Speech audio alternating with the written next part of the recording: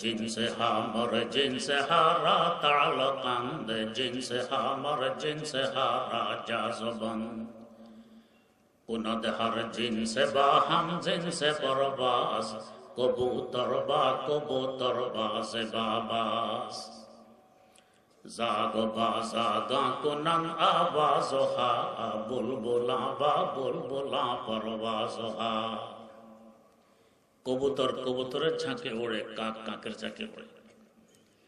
কবুতরের সাথে কাক ওড়ে না, কাকের সাথে কবুতর ওড়ে না। তাই দেখা যায় এক মুমিনের সম্পর্ক আরেক মুমিনের সাথে গড়ে ওঠে, এক আল্লাহওয়ালার সম্পর্ক আরেক আল্লাহওয়ালার সাথে গড়ে ওঠে, এক আলেমের সম্পর্ক আরেক আলেমের সাথে গড়ে ওঠে। যদি এর ব্যতিক্রম দেখা যায়, কোন মুসলমান কাফের মুশরিক নাস্তিক মুরতাদের সাথে সম্পর্ক করে, বন্ধুত্ব করে, তার উপর আস্থাশীল হয়, ওরাই একে আশ্রয় প্রশ্রয় দেয়, বুঝতে হবে ঈমানের সমস্যা দেখা দিয়েছে। না হয় কাফের মুশরিক নাস্তিক মুরতাদের সাথে সম্পর্ক করতো না, মুমিনের সাথে করত। যেহেতু আগুনের স্বভাব উপরে ওঠা, আমাদের মধ্যে আগুন আছে, আগুনের স্বভাব আমাদের মধ্যে বিস্তার লাভ করেছে।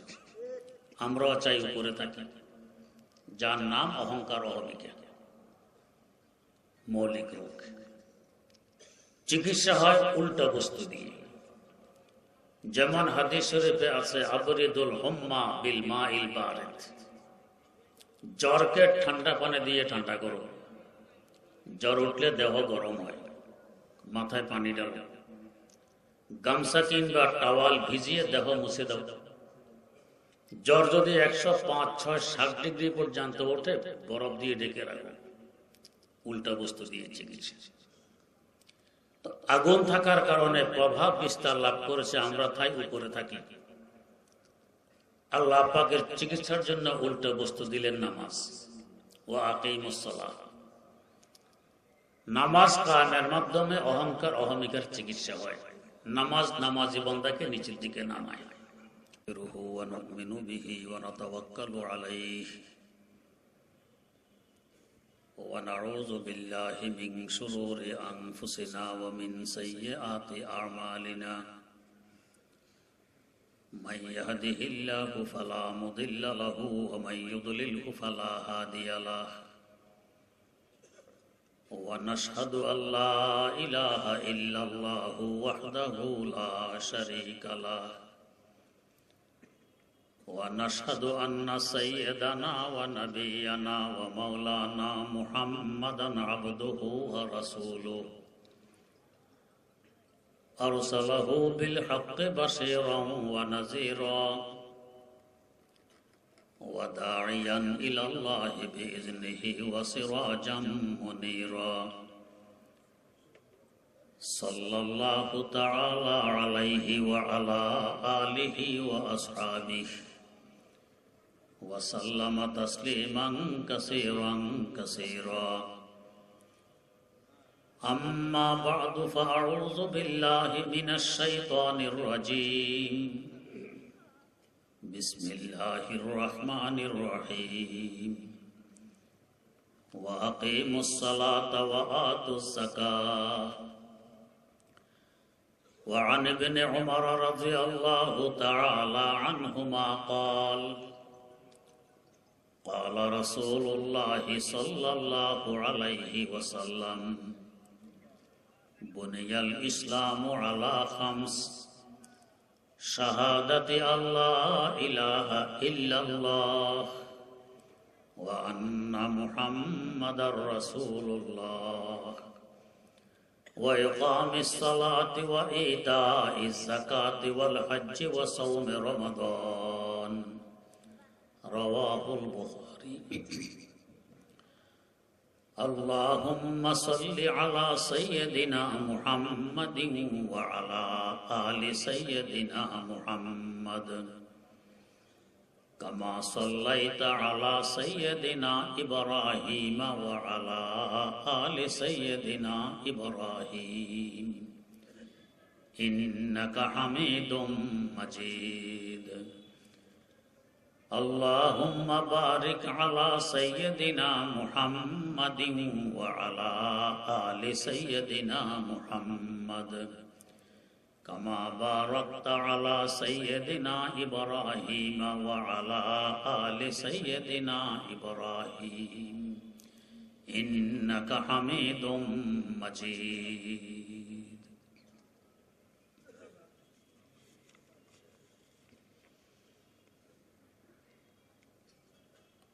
আল ইকরা ইন্টারন্যাশনাল হিফজ মাদ্রাসা ও আয়েশা সিদ্দিকা রাদিয়াল্লাহু আনহা মহিলা মাদ্রাসার উদ্যোগে আজকের এই সমাবেশ। এই ধরনের মাদ্রাসাগুলো কি করে, জাতিকে কি উপহার দেয়, এই সম্পর্কে কয়েকটি কথা তুলে ধরার ইচ্ছা নিয়ে এক টুকরা আয়াতে কারিমা তেলাওয়াত করা হয়েছে ও একটি হাদিস শরীফ পাঠ করা হয়েছে। কথাগুলো হলো, আমরা দেহ এবং আত্মার সমন্বয়ে মানুষ। দেহ রোগাক্রান্ত হয়, আত্মাও রোগাক্রান্ত হয়। দেহের রোগের চিকিৎসা যে করে তাকে বলা হয় ডাক্তার। আত্মার রোগের চিকিৎসা যিনি করেন তাকে বলা হয় পীর কিংবা মুর্শিদ। দেহের রোগ দুই প্রকার, আত্মার রোগও দুই প্রকার। এক প্রকার রোগ মৌলিক, আরেক প্রকার রোগ শাখাগত, আঞ্চলিক। মৌলিক রোগের চিকিৎসাও মৌলিক হয়, আঞ্চলিক রোগের চিকিৎসাও আঞ্চলিক হয়।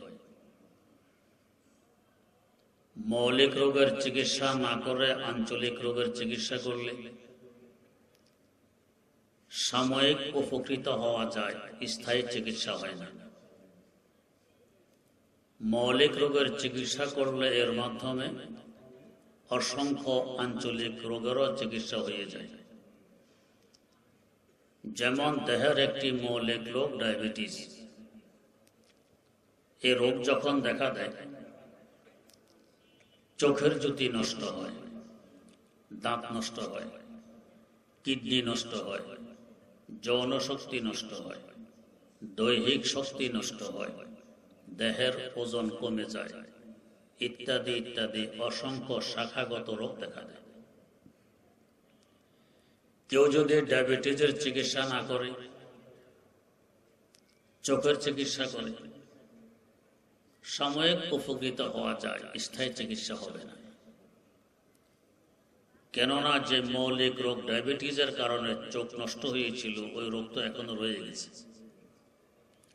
তাই 2-4 দিন পর আবার চোখের সমস্যা দেখা দিবে। হ্যাঁ, যদি ডায়াবেটিসের চিকিৎসা করে ফেলতে পারি, ডায়াবেটিসের চিকিৎসার কারণে অসংখ্য আঞ্চলিক রোগের চিকিৎসা এমনিতে হয়ে যাবে। আমাদের আত্মাও এবং আত্মার কিছু রোগ মৌলিক, কিছু রোগ শাখাগত। আমাদের গোটা ইসলাম আত্মার রোগের চিকিৎসা। হ্যাঁ, মৌলিক রোগের চিকিৎসা, মৌলিক চিকিৎসা, শাখাগত রোগের চিকিৎসা, শাখাগত চিকিৎসা। আত্মার মৌলিক রোগ হলো 4টি। 1 নম্বর, অহংকার, অহমিকা। আমি বড়, আমি শ্রেষ্ঠ, আমি ভালো, আমি উত্তম, আমি উপরে, বাকি সব তুচ্ছ, সব নিচে। এ রোগ দেখা দিলে আরেকজনকে বড় বলতে গেলে তার ব্যাপারে হিংসা শুরু হয়, গীবত, শিকায়েত, কুৎসা রটানো আরম্ভ হয়, মিথ্যা অপবাদ দেওয়া হয়, ইত্যাদি ইত্যাদি আঞ্চলিক অনেক রোগ দেখা দেয়। 2 নম্বর, আত্মার মৌলিক রোগ হলো শোহরত, পরিচিতির চাহিদা। সবাই আমাকে চিনুক, আমাকে জানুক। এই রোগ দেখা দিলে অন্য কারোর পরিচিতি বাড়তে গেলে তার ব্যাপারেও হিংসা শুরু হয়, গীবত, শিকায়েত, কুৎসা রটানো আরম্ভ হয়, অপবাদ দেওয়া হয়, অসংখ্য শাখাগত রোগ দেখা দেয়। আত্মার 3 নম্বর মৌলিক রোগ নেতৃত্বের চাহিদা। একমাত্র আমি নেতা হব, সর্বত্র নাক আমি গলাব, আদেশ আমার চলবে, আর কারো আদেশ চলবে না, সব থাকবে আমার দখলে। এই রোগ দেখা দিলে অন্য কাউকে নেতা বানাইতে গেলে তার ব্যাপারেও হিংসা শুরু হয়, গীবত শেখায়ত কুৎসা রটানো আরম্ভ হয়, অপবাদ দেয়া হয়, এমনকি মারামারিও আরম্ভ হয়। আত্মার 4 নম্বর মৌলিক রোগ লোভ, লালসা। এ রোগ দেখা দিলে চাঁদাবাজি করে, মস্তানি করে, জবরদখল করে, ঘুষ খায়, সুদ খায়, মাপে কম দেয়, মালে ভেজাল করে, ধোঁকা দেয়, প্রতারণা করে, ইত্যাদি ইত্যাদি বহু রোগ দেখা দেয়।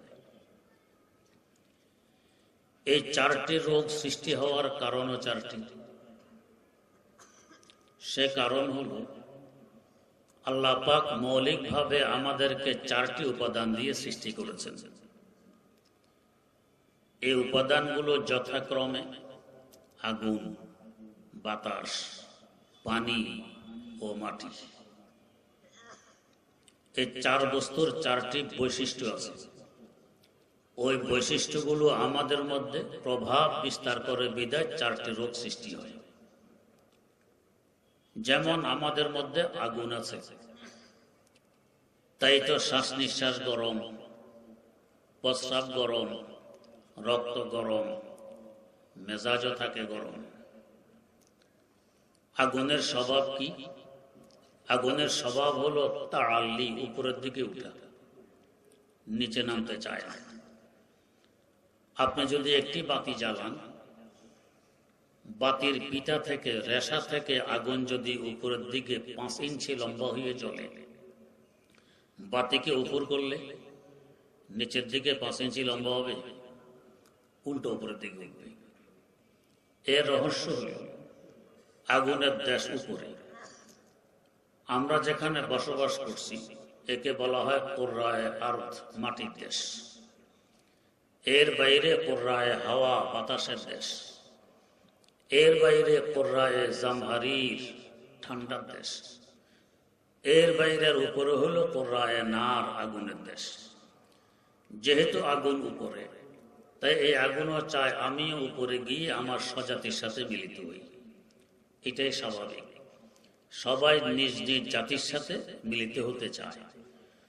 আল্লামা রুমির ভাষায় জিনসে হামর জিনসে হারা তাআলাকান্দ, জিনসে হামর জিনসে হারা জাজবান, কুনদ হর জিনসে বাহাম জিনসে পরবাস, কবুতর বাজ বাবাস, জাগ বাজাগা কুনন আওয়াজ হা, বুলবুলা বা বুলবুলা পরবাজ হা। কবুতর কবুতরের ঝাঁকে ওড়ে, কাক কাকের ঝাঁকে ওড়ে। কবুতরের সাথে কাক ওড়ে না, কাকের সাথে কবুতর ওড়ে না। তাই দেখা যায় এক মুমিনের সম্পর্ক আরেক মুমিনের সাথে গড়ে ওঠে, এক আল্লাহওয়ালার সম্পর্ক আরেক আল্লাহওয়ালার সাথে গড়ে ওঠে, এক আলেমের সম্পর্ক আরেক আলেমের সাথে গড়ে ওঠে। যদি এর ব্যতিক্রম দেখা যায়, কোন মুসলমান কাফের, মুশরিক, নাস্তিক, মুরতাদের সাথে সম্পর্ক করে, বন্ধুত্ব করে, তার উপর আস্থাশীল হয়, ওরাই একে আশ্রয় প্রশ্রয় দেয়, বুঝতে হবে ঈমানের সমস্যা দেখা দিয়েছে। না হয় কাফের, মুশরিক, নাস্তিক, মুরতাদের সাথে সম্পর্ক করতো না, মুমিনের সাথে করত। যেহেতু আগুনের স্বভাব উপরে উঠা, আমাদের মধ্যে আগুন আছে, আগুনের স্বভাব আমাদের মধ্যে বিস্তার লাভ করেছে। আমরাও চাই উপরে থাকি, যার নাম অহংকার, অহমিকা। মৌলিক রোগ। চিকিৎসা হয় উল্টা বস্তু দিয়ে। যেমন হাদিস শরীফে আছে, আবরিদুল হুম্মা বিল মাইল বারিদ, জ্বরকে ঠান্ডা পানি দিয়ে ঠান্ডা করো। জ্বর উঠলে দেহ গরম হয়, মাথায় পানি ডালো, গামছা কিংবা টাওয়াল ভিজিয়ে দেহ মুছে দাও। জ্বর যদি 105, 6, 7 ডিগ্রি পর্যন্ত ওঠে, বরফ দিয়ে ঢেকে রাখো, উল্টা বস্তু দিয়ে চিকিৎসা। আগুন থাকার কারণে প্রভাব বিস্তার লাভ করেছে, আমরা তাই উপরে থাকি। আল্লাহ পাকের চিকিৎসার জন্য উল্টো বস্তু দিলেন নামাজ। ওয়া আকিমুস সালাহ, নামাজ কায়েমের মাধ্যমে অহংকার অহমিকার চিকিৎসা হয়। নামাজ নামাজি বান্দাকে নিচের দিকে নামায়। তা কিভাবে? নামাজ শুরু হয় তাকবীরে তাহরিমার মাধ্যমে। তাকবীরে তাহরিমার সময় উভয় হাত উপরের দিকে তুলতে হয়। কি পরিমাণ তুলব? এ ব্যাপারে 4 প্রকারের হাদিস বর্ণিত। 1 নম্বর, মুসলিম শরীফে বর্ণিত ইলা ফুরুই উযুনাইহি, আয় আলাহুমা, কানের উপর পর্যন্ত হাত তুলবে। 2 নম্বর, আবু দাউদ শরীফে বর্ণিত ইউহাজি ইবহামাহু শাহমাতা উযুনাইহি, বৃদ্ধাঙ্গুলি থাকবে কানের লতি বরাবর। 2 নম্বর। 3 নম্বর, বুখারী শরীফে বর্ণিত ইলাল মানকিব, কাঁধ পর্যন্ত হাত তুলবে। 4 নম্বর, সহিহ ইবনে খুজাইমায় বর্ণিত ইলা সদর, সিনা পর্যন্ত হাত তুলবে। 4 প্রকারের হাদিস। যদিও সিনা পর্যন্ত হাত তোলা সহিহ ইবনে খুজাইমার বর্ণিত হাদিসটি শ্বাস তথা বিচ্ছিন্ন। যাই হোক, 4 প্রকারের হাদিস পাওয়া যায়। এখানে একটি প্রাসঙ্গিক কথা, আমার আহলে হাদিস ভাইয়েরা, নারী হোক কিংবা পুরুষ, সকলে সিনা পর্যন্ত হাত তুলে সিনার উপরে রেখে দেন। সহিহ ইবনে খুজাইমার হাদিসের উপরে আমল করলেন। সিয়াসির তার 3টি হাদিস ছেড়ে দিলেন। বুখারী শরীফের হাদিস কাঁধ পর্যন্ত হাত তোলা ছেড়ে দিলেন। মুসলিম শরীফের হাদিস কানের উপর পর্যন্ত হাত তোলা ছেড়ে দিলেন। আবু দাউদ শরীফের হাদিস কানের লতি পর্যন্ত হাত তোলা ছেড়ে দিলেন। মানলেন 1টি, ছাড়লেন 3টি। মানা বেশি না ছাড়া বেশি? ছাড়া বেশি। এরপরও তাদের দাবি তারাই হাদিস মানেন, আমরা নাকি হাদিস মানি না। এবারে আসুন আমরা কি করি। আমরা যারা মাযহাব মানি, ইমাম মানি, আমাদের ইমামগণ বলেন 4টি হাদিস, অতএব 1টিও ছাড়া যাবে না। এমন ভাবে আমল করা লাগবে যাতে সকল হাদিসের উপর আমল হয়ে যায়। তা কি করে সম্ভব? তা সম্ভব হবে, বৃদ্ধাঙ্গুলির মাথা থাকবে কানের লতি বরাবর। এতে করে আবু দাউদ শরীফে বর্ণিত হাদিসের উপর আমল হবে। বৃদ্ধাঙ্গুলি কানের লতি বরাবর তুললে অটোমেটিক অন্য আঙ্গুলগুলো হয়ে যাবে কানের উপর বরাবর। এতে করে মুসলিম শরীফে বর্ণিত হাদিসের উপর আমল হয়ে যাবে। বৃদ্ধাঙ্গুলি কানের লতি বরাবর তুললে আমার হাতের তালু থাকবে কাঁধ বরাবর। এতে করে বুখারী শরীফের হাদিসের উপর আমল হয়ে যাবে। আর এই উম্মতের নারী সমাজ হাত তুলবে সিনা বরাবর। এতে করে নারী পুরুষ মিলে 4 হাদিসের উপরে আমল হয়ে যাবে, 1টি হাদিসও বাদ যাবে না। এরপরও আমাদের উপর দোষ চাপানো হয় আমরা নাকি হাদিস মানি না। আমরা 1টিও ছাড়লাম না, 4 হাদিসের 4টি মানলাম, তারপরও দোষ। ওনারা 4 হাদিসের মধ্যে মাত্র 1টি মানলেন, 3টি ছেড়ে দিলেন, তারপরও দোষ নেই, ওনারা হাদিস মানেন। যাই হোক, বৃদ্ধাঙ্গুলির মাথা যে কানের লতি বরাবর করব, লতির বরাবর হলো কিনা বুঝবো কিভাবে? আমাদের মাযহাবের নির্ভরযোগ্য কিতাব ফতাওয়ায়ে কাজী খান, এই কিতাবে উল্লেখ আছে বৃদ্ধাঙ্গুলির মাথাটা কানের লতির সাথে একটু লাগিয়ে দাও, তবে নিশ্চিত হবে বৃদ্ধাঙ্গুলির মাথা কানের লতি বরাবর হয়ে গেছে। এই যে আঙ্গুলের মাথা কানের লতি সাথে লাগিয়ে দিলাম, এতে আমাদের পরিভাষায় বলে কানে ধরা। কানে ধরলে মানুষ উপরে ওঠে না নিচে নামে? নিচে নামে। ইজ্জত বাড়ে না কমে? কমে। তাই তো বিচার সালিসে অপরাধীর অপরাধ যদি প্রমাণিত হয়, বলা হয় কানে ধরো, ইজ্জত বাড়ানোর জন্য, কমানোর জন্য। তো আমি আমার আল্লাহর দরবারে অপরাধী সেজে, আল্লাহ আমি তোমার দরবার অপরাধী, বিচার সালিসের প্রয়োজন নেই, নিজে স্বীকার করে নিচ্ছি আমি অপরাধী, কানে ধরে তোমার দরবারে হাজির হয়ে গেল, নামাজ আমাকে 1 স্তর নিচে নামাই দিল। 2 নম্বর, হাত বাঁধবো কিভাবে? এই ব্যাপারে দুই প্রকারের হাদিস বর্ণিত। এক নম্বর, তিরমিজি শরীফে বর্ণিত ইয়াখুযু শিমালাহু বিয়ামিনিহি, ডান হাত দিয়ে বাম হাতকে ধরবে। দুই নম্বর, আবু দাউদ শরীফে বর্ণিত ইয়াজাউ ইয়ামিনাহু আলা শিমালিহি, ডান হাতকে বাম হাতের উপর রেখে দিবে। এক হাদিস ধরার, এক হাদিস রাখার। এখানে আহলে হাদিস ভাইয়েরা, নারী হোক কিংবা পুরুষ, ডান হাতের আঙ্গুল বাম হাতের কোনোই পর্যন্ত নিয়ে সিনার উপর রেখে দেন, ধরেন না। আবু দাউদ শরীফের হাদিসের উপরে আমল করলেন, তিরমিজির হাদিস ছেড়ে দিলেন। দুই হাদিসের মধ্যে একটি মানলেন, একটি ছাড়লেন।